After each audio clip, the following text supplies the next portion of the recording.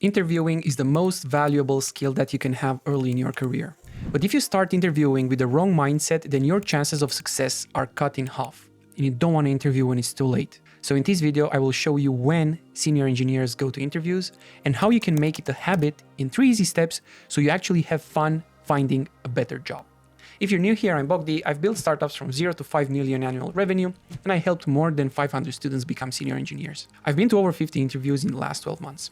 That's roughly 1 interview per week. And that's why I want you to meet Mike. Let's imagine that Mike wants tomatoes. So he goes to the market. He's looking for those perfect round tomatoes, not the cherry ones. Those are more suitable for a brunch. There are so many people selling all kinds of tomatoes at the market, but Mike knows exactly what he's looking for. He wants the best burger tomatoes, so he goes to as many stands as possible, takes tomatoes, weighs them in his hand, squeezes the tomatoes just a little bit to see if they're mushy. At a certain point, even if he hasn't seen all the tomatoes, he's hungry and doesn't have much time. So he picks one tomato that fits his needs and has a reasonable price. In this story, Mike is the employer. He knows exactly what he's looking for, so he puts candidates to the test. Mike squeezes candidate skills just a bit using live coding interviews to see if they're mushy.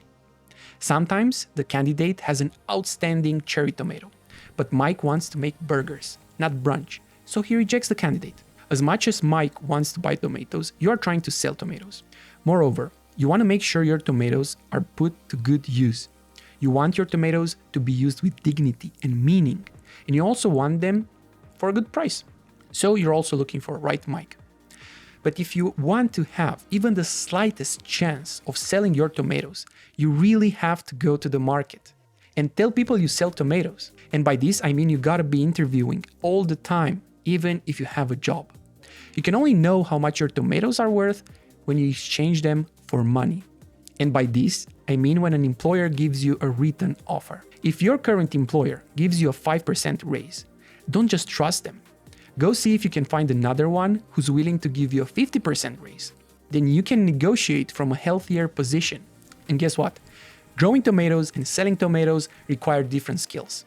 To sell tomatoes, you need to know how to talk. And by this, I mean you need to know how to talk about yourself, what questions to ask, and talking under pressure is a skill you lose without practice. I'm not talking alone as an engineer. I write a lot of code, but talking, I gotta practice it during interviews. Unlike code, there's no side project you can build to stay sharp. So here's a rule to remember. The one and only way to get better at interviews is to do more of them. Never say no to an interview. Keep interviewing and always be training that muscle. But before we continue, make sure to subscribe and let me know when do you usually go to interviews in the comments below. Let's say you actually do it. You email a company you like, they respond, you get on a call, but you don't get the job. Most people call that a waste of time. I think it's not. And I'm gonna prove my point telling you a story. A couple of days back, I went to an interview with a small company.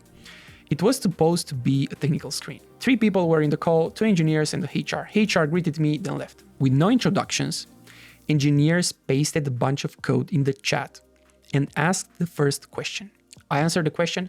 They didn't tell me if the answer was good or bad. They just moved on to the second question. Just a reminder, we didn't do any introductions.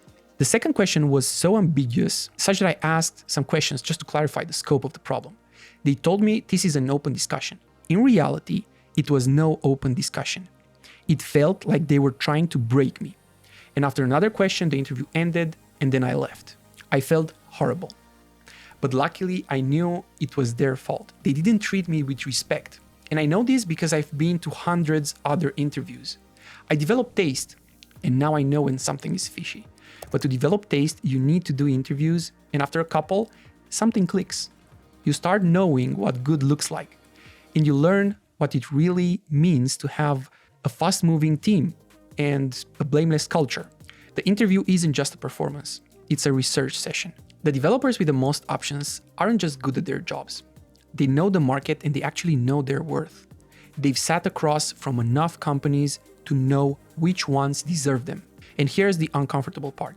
Once you've seen what a great team feels like, it gets very hard to accept anything less. That's not a bad problem to have, actually.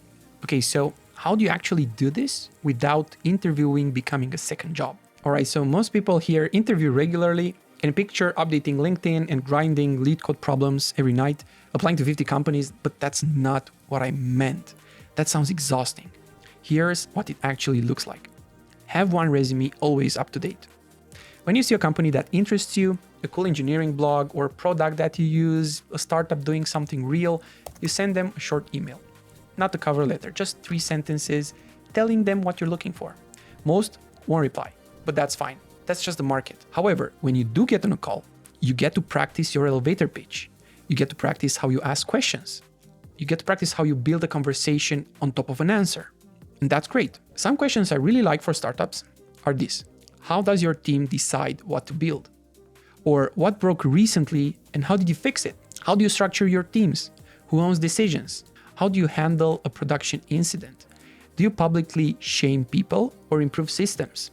This helps you see if they have a blame culture. You can also ask, what do engineers or how do engineers actually grow? How do you measure performance? See, now you're not a candidate anymore. You're just a human having a conversation.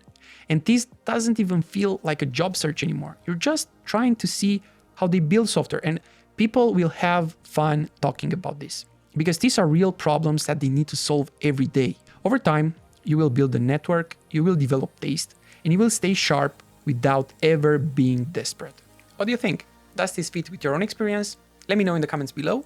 And if you think it would be helpful for your career to have a one-on-one coaching session with me, check out the link in the description for the waitlist. Also, if you want to check my resume and how I structure my resume, you can download the template from the video right here.